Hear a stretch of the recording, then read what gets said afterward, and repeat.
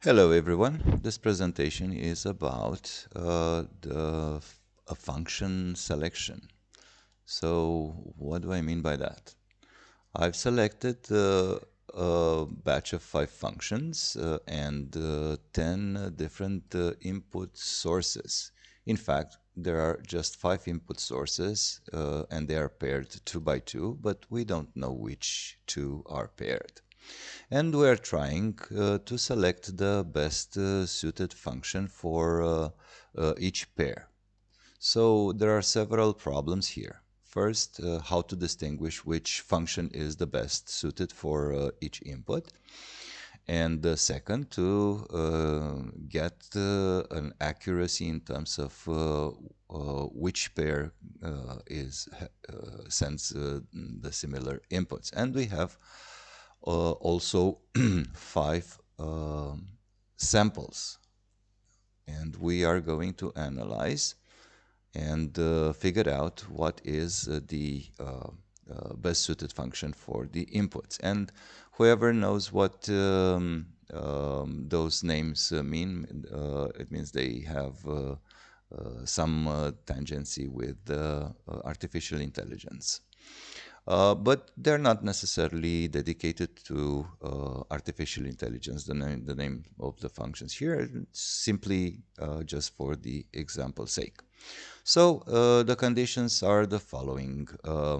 Every function will actually address 2 inputs, and every single input would be used only once, and the objective for the model is to maximize the result.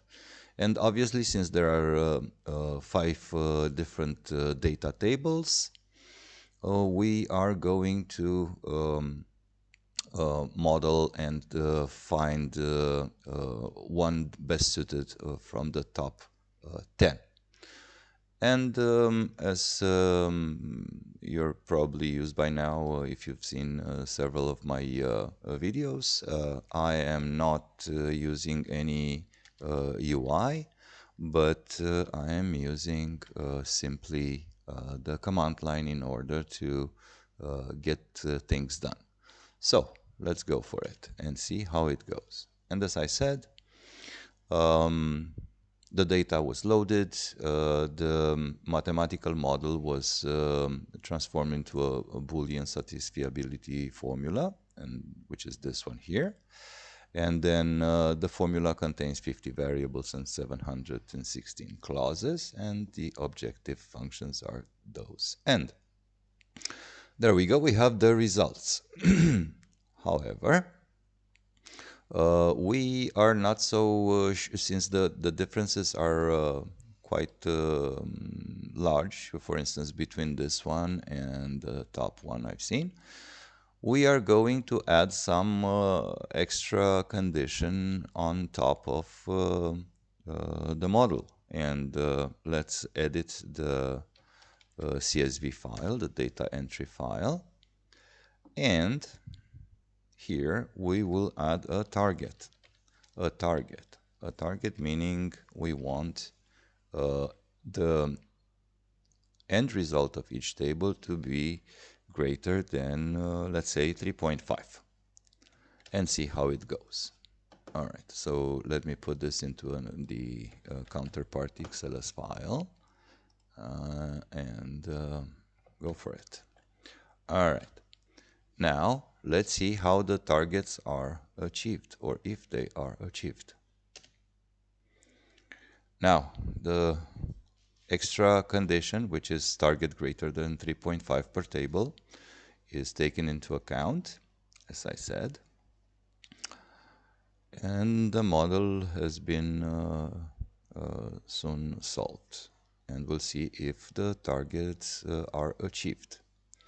And as you can see, this one is achieved. The first one, the second, third, the fourth has not been achieved. Then let's do something else. Let's enlarge the intersection of the results and see how it goes. Let's edit that again. All right, so let's take here, for example, top 20. and see if this gives us a better result, and modify the XLS as well, just not to forget about it. So let's run it again and see how it goes.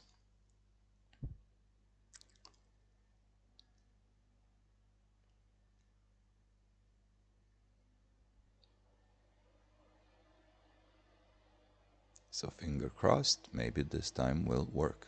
Only the intersection of top 20 takes a bit longer than intersection of the top 10 before. And we're keeping the same target. The target is about accuracy, and see whether we can obtain something different. And yes, the force target has been achieved as well, and the data has been mapped to the function. So the inputs are mapped to the function. Let's see if there is any difference from, of course it is, from the one above. So 3 and 5 has been chosen for the sigmoid function, whereas 3 and 8 were previously. So probably this is the best fit that we can have in terms of mapping the inputs versus the functions themselves. So that was the demo for now, and until next time, stay safe and goodbye.